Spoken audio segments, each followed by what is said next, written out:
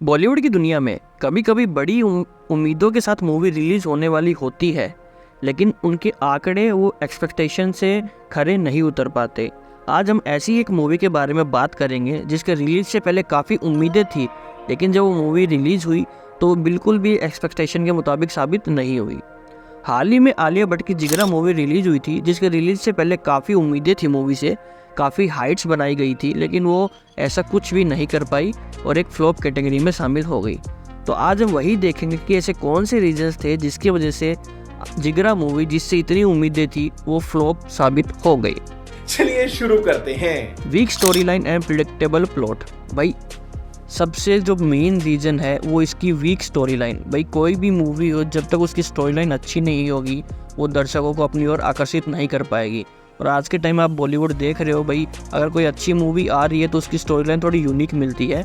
जो जिगरा मूवी की स्क्रिप्ट थी वो ऑलरेडी काफ़ी मूवीज़ में देखी जा चुकी है, तो उसके चलते लोगों ने पहले ही आने वाले प्लॉट्स को प्रिडिक्ट कर लिया था, भाई अब आगे क्या होगा। तो उसके चलते कि अपनी एक्साइटमेंट ख़त्म हो जाती है, लोगों में सस्पेंस नहीं रहता, जिसके चलते कि नेगेटिव इम्पैक्ट पड़ता है। तो जिगरा ने अपने वीक राइटिंग की वजह से अपने फर्स्ट इंप्रेशन में ही लोगों का इंटरेस्ट ख़त्म सा कर दिया था। Direction and education. भाई डायरेक्शन और एग्जीक्यूशन भी बहुत इंपॉर्टेंट होता है। भले ही आपकी स्टोरी लाइन ठीक हो, लेकिन आप जब उसको अच्छे से डायरेक्ट ही नहीं कर पाओगे तो उसमें वो मज़ा नहीं आता। ऐसे ही जिगरा के साथ देखने को मिला है। जिगरा की डायरेक्शन में वो शार्पनेस नज़र नहीं आई जो कि एक इंटेंस एक्शन ड्रामा मूवी में होनी चाहिए थी। ऐसा नहीं है कि आदित्य चोपड़ा इन्होंने ये काम नहीं किया है। आदित्य चोपड़ा जैसे डायरेक्टर ने पास्ट में बहुत सी समझदारी से इमोशनल स्टोरीज को भी हैंडल किया है, लेकिन जिगरा में वो पेस और नरेटिव फ्लो कहीं भी इम्पैक्टफुल नहीं लगा।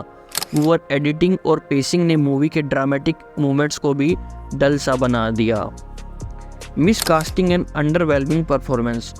इसका एक और बड़ा रीज़न ये कह सकते हो कि भाई जब मूवी का टाइटल ही जिगरा हो, भाई इतना दिलदार टाइटल हो, इतना खौफनाक टाइटल हो, तो जो उसका लीड एक्टर होता है, जो लीड परफॉर्मर होता है, उसको काफ़ी पावरफुल परफॉर्मेंस देनी चाहिए। उससे उतनी ही ज़्यादा उम्मीदें होती हैं कि वो ख़तरनाक सी परफॉर्मेंस देगा।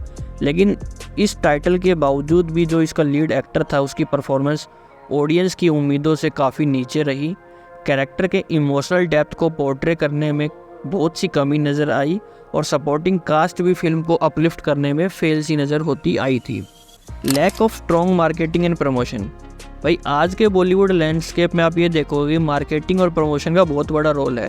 भाई फिल्म को सक्सेस कराने में मार्केटिंग और प्रमोशन का बहुत बड़ा रोल है। आप जब तक अच्छी मार्केटिंग और प्रमोशन नहीं करोगे तब तक वो लोगों के दिलों को नहीं छू पाएगी, लोगों की नज़रों में नहीं आ पाएगी।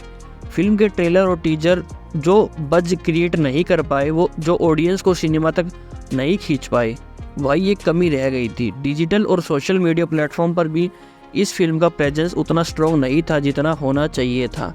ऐसे में मूवी रिलीज होने से पहले ही अपनी हाइप ख़त्म कर बैठी थी। Competition from other releases. भाई एक और सिग्निफिकेंट फैक्टर आप ये कह सकते हो कि भाई जिगरा मूवी रिलीज हुई, इसके साथ जो दूसरी मूवी रिलीज हुई उसके साथ वो कॉम्पीट नहीं कर पाई। जो बॉक्स ऑफिस पर ऑलरेडी डोमिनेट कर रही थी उसके सामने इस मूवी ने घुटने टेक दिए। इस फिल्म के स्ट्रॉन्ग परफॉर्मेंस जिगरा को बिल्कुल कुचल से गए। जिगरा मूवी के बहुत से रिकॉर्ड्स नहीं बन पाए, इसके चलते जिगरा अपने फर्स्ट वीक के बाद मोमेंटम मेंटेन ही नहीं कर पाई, और ये भी एक मेन रीज़न हो सकता है। Mismatch between audience expectation and the genre. भाई सबसे बड़ा और कह सकते हैं आखिरी कारण, ये जो ऑडियंस की एक्सपेक्टेशन थी उसका मिसमैच हुआ है।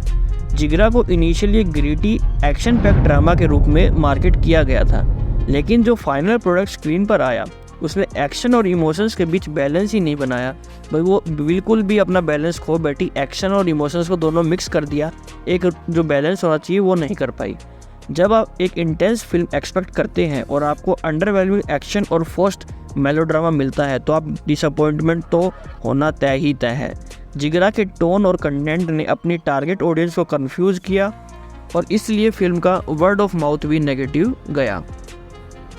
तो ये थे कुछ 5 से 6 रीज़न जो हमें लगता है ये जिससे जिगरा मूवी एक हाइप नहीं बना पाई और अपने लो पोटेंशियल पे रुक गई, अच्छा पोटेंशियल नहीं कर पाई।